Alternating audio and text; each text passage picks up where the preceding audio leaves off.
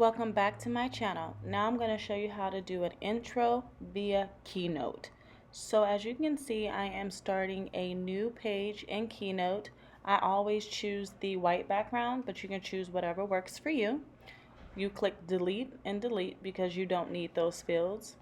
The next thing you want to do is you want to make sure that the page is custom to what you need for your intro on YouTube. So you will go to custom slide and you will type in 1350 by 760. And then once you do that, you will see that the screen will change, and there you go. That's your correct size.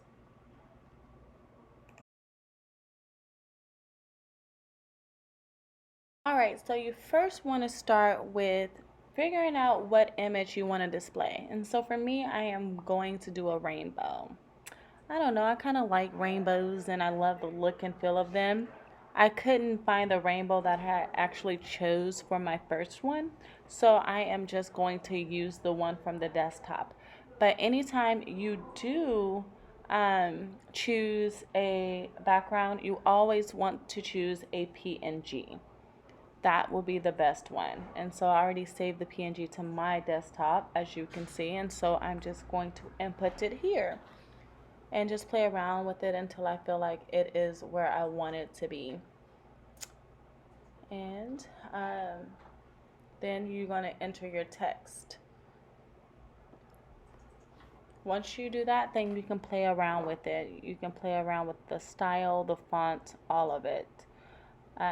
For me, mine's is noteworthy. Like, that's my go-to. But throughout the keynote, you'll find some that might be a little bit better for what you're trying to do. And so in this case, mine was Zapino. And so now I'm just going to choose a color. For the color I'm going to choose, it's going to be a pink. I love pinks. Pink and purple is my favorite color. And so that's what I'm doing. Now you want to add your social media handles. You want to place those in the location you feel is best for you. You always want to make sure you still have room at the bottom to put your handles. And make sure those are in PNG format as well. Like, that really does matter and it makes a difference.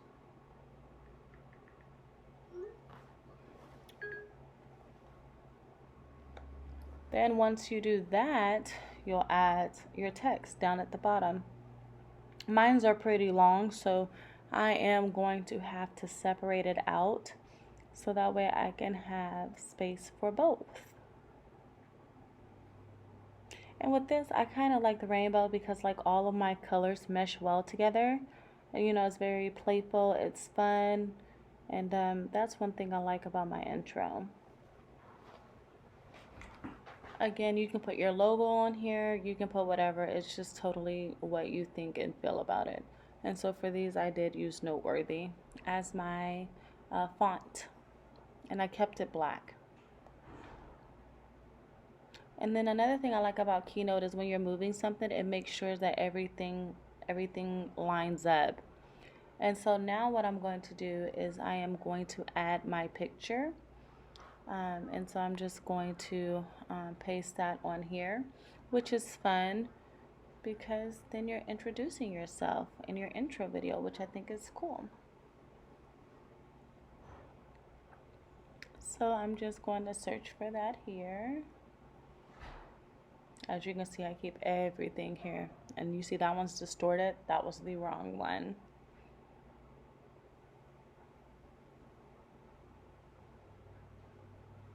There she goes. And so you'll minimize that, put it where you need it to go. And then this one, you'll just take off the caption right there to the right hand side. And as you can see, it took me a minute to figure that out, but we figured it out. That's all that matters. So there you go. Move your picture over, place everything where it's supposed to go, arrange. So now you're just playing with it to set it up and things like that. And then it will be time to animate pretty soon. There you go. Whatever effect you want to add would be here. And then you'll see like the different ways in which you can do it.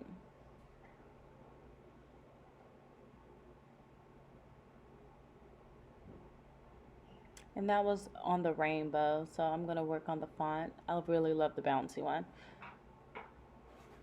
And so this was just basically a preview for you all, so that way you can get accustomed to using what you have to make it work. No need to go out and get fancy devices or pay someone for it when you can do it on your own. And this is what mine looks like, and I like it.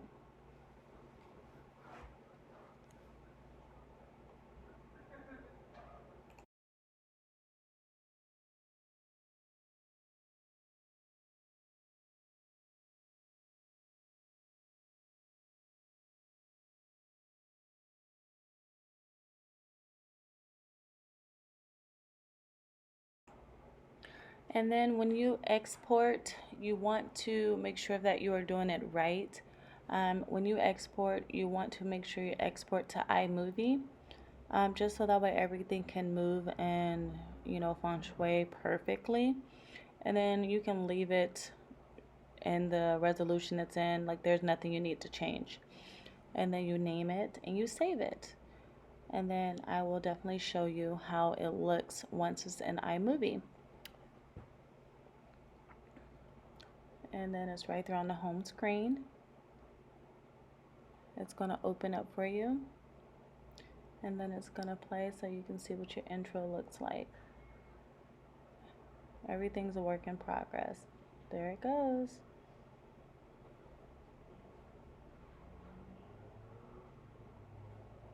And there it goes.